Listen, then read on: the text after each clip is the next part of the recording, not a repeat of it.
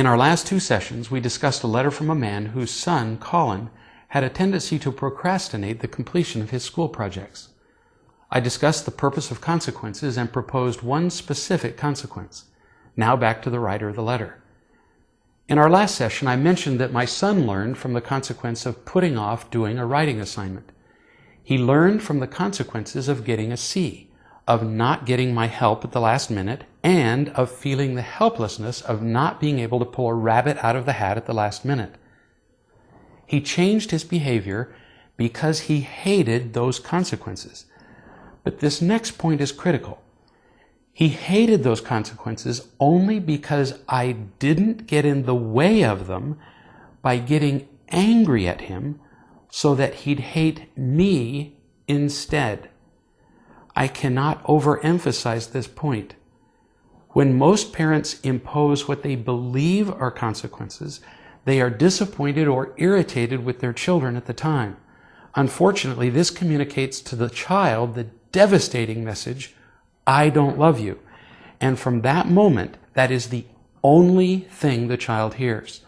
The child then can't learn from his behavior. Then he doesn't hate the consequences of his choices. Instead, he focuses only on the behavior of his parent. So he learns absolutely nothing useful. The moment a parent becomes disappointed or irritated, all productive learning is over.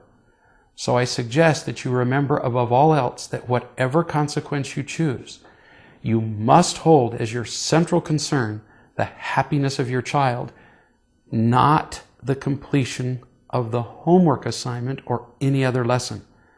Let me translate what I just said.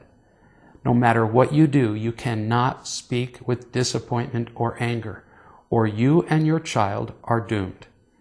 Now, in our last session, I suggested that one possible consequence would be to require Colin to go to bed at his appointed time and simply not finish his school project. The natural consequence of his procrastination, then, would be to get a bad grade. If he's a child who cares about his performance, the next time he gets an assignment, he'll remember this experience, will be motivated to begin his preparation earlier. But what if Colin is one of those children who just doesn't care much about his school performance and always puts assignments off, hoping they'll just go away?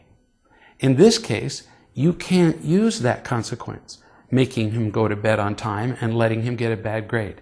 He'll think that is wonderful. No, in this case, you'll have to come up with a different consequence, and you have a wide variety available. For example, you might stay up all night with him, working on the project until it's done well. If he spends a sleepless, hellish night finishing a project, that just might motivate him the next time to approach the project differently. If that doesn't work, you have many other options. You could make it very simple. Until his schoolwork is done, every day, he doesn't do anything else. No television, video games, time with friends, nothing. In our home, it was ultra simple. You do your work first, and then you play. Not complicated. One last thing. Always be consistent.